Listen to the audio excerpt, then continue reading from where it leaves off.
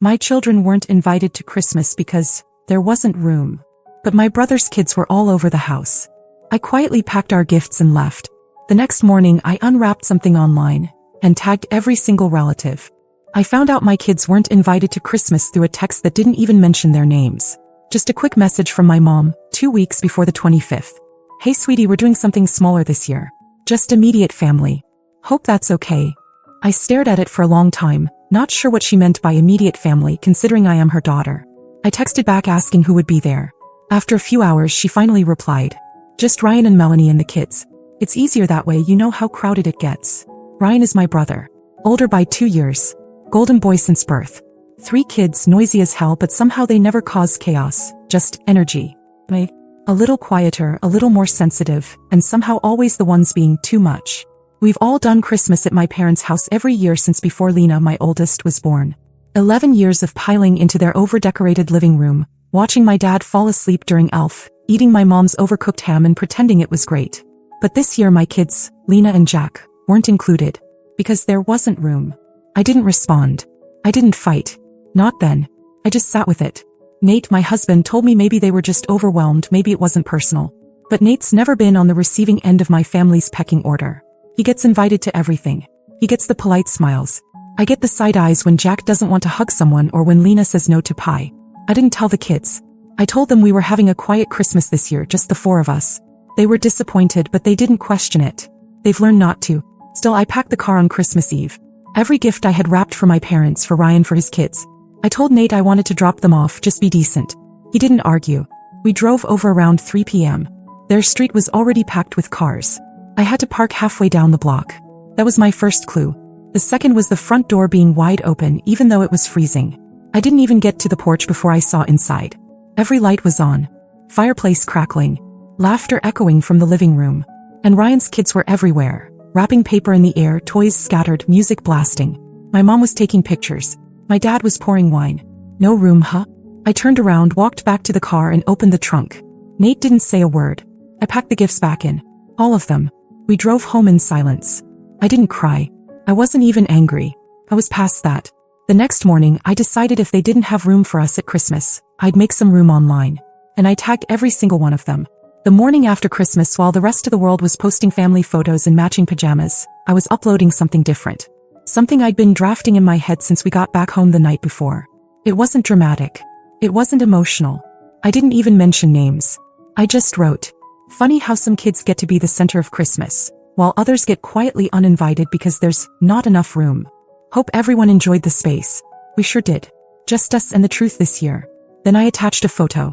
The pile of untouched gifts I had reloaded into the trunk. All labeled. All wrapped. Sitting under our tree unopened. And I tagged every adult in my family. It didn't take long. Ryan was first.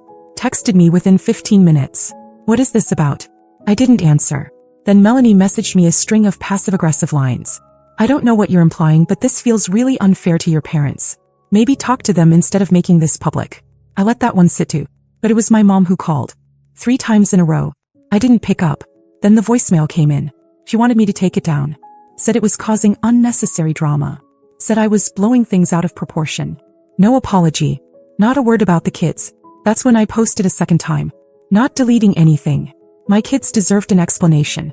They're not too young to feel left out. And I'm not too old to pretend silence is polite. If you want this gone, you'll need to say something real. To them. Not to me. You know where to find us. After that, my dad called Nate. Not me, Nate. They figured he'd be the calm one. Said they didn't want this to ruin the family. That we should come over and talk. Nate told them we weren't interested in a family meeting where the kids would be treated like background noise again. That night we sat on the floor and finally opened those gifts with Lena and Jack. I didn't say anything. I just watched them. I saw the way they paused after every box like they were waiting for more. For the doorbell to ring maybe. For someone to say this was all a misunderstanding. But it wasn't. And I wasn't finished. Because for the past 5 years I'd been helping my parents financially. Quietly. Monthly. Covering small things here and there. Repairs, prescriptions, groceries when they were a little tight. It wasn't charity. It was love. But love goes both ways. And after what happened, I wasn't sure they remembered that. So I opened one more thing that night. My banking app. I didn't make a big show of it. No threats. No final warnings. I just went into my recurring payments and canceled the auto transfer to my parents' account.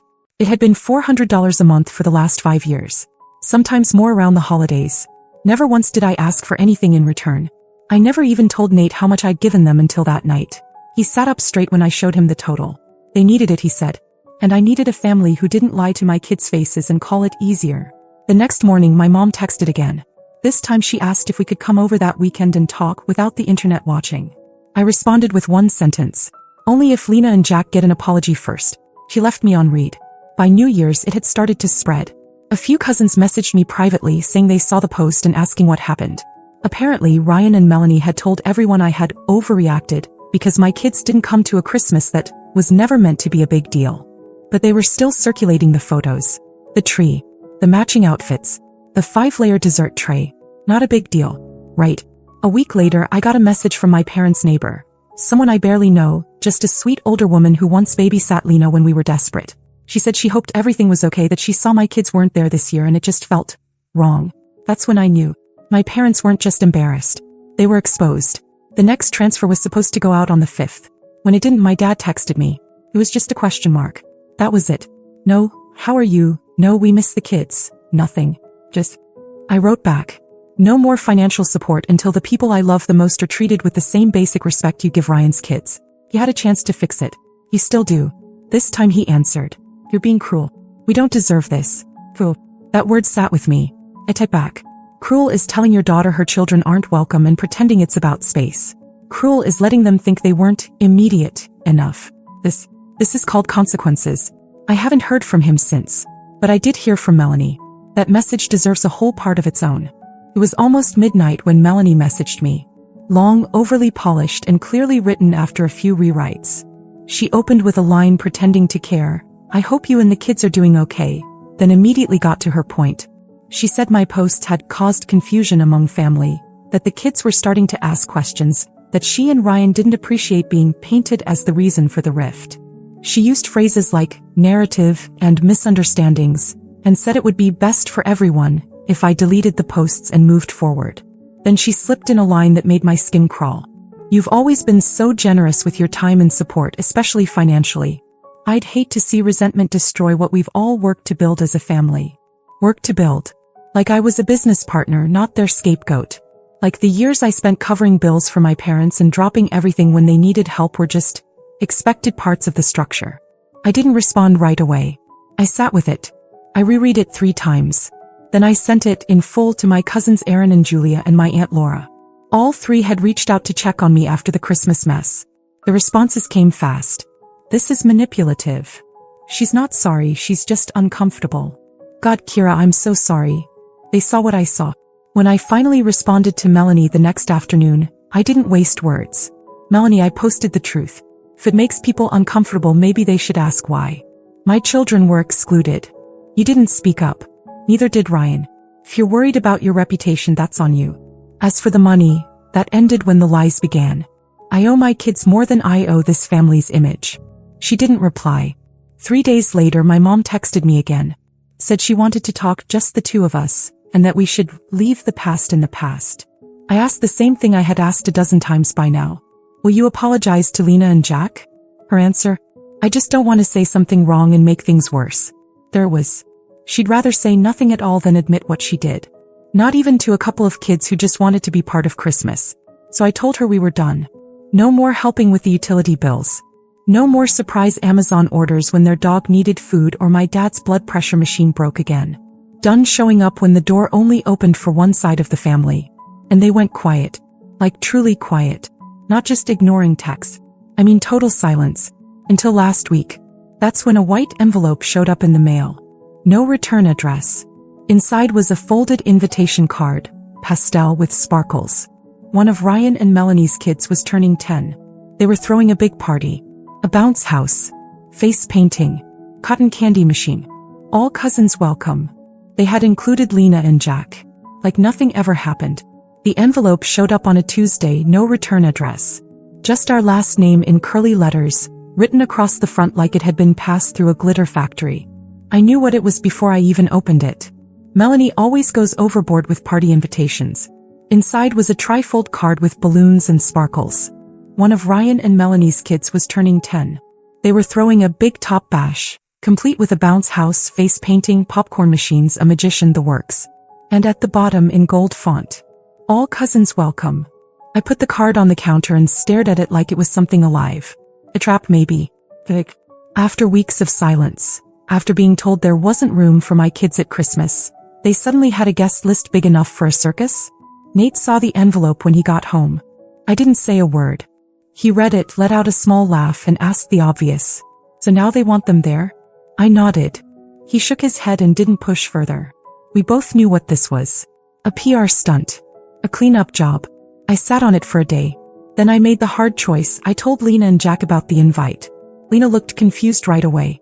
Jack just blinked. Why no? Lena asked. I told her I didn't know.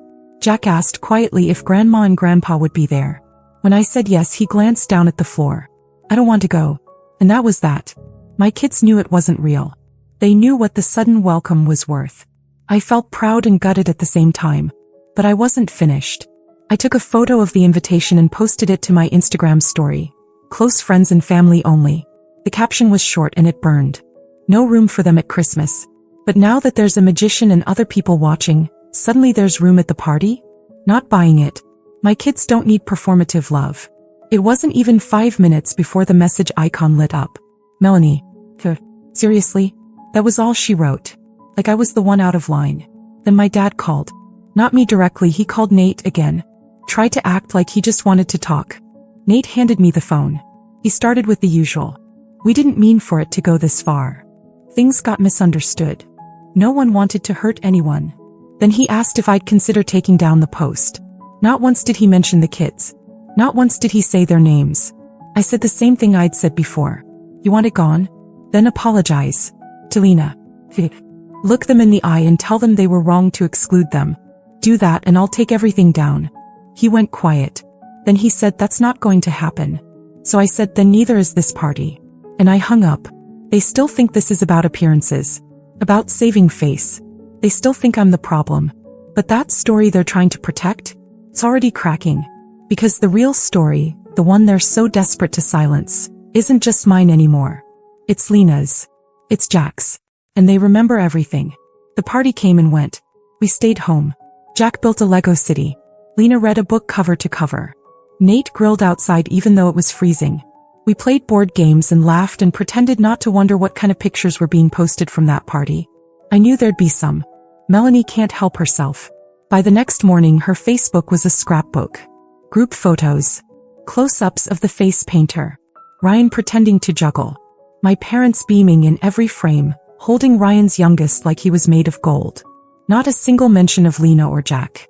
Not even a missed a few cousins caption. Just like we never existed. I scrolled through it once.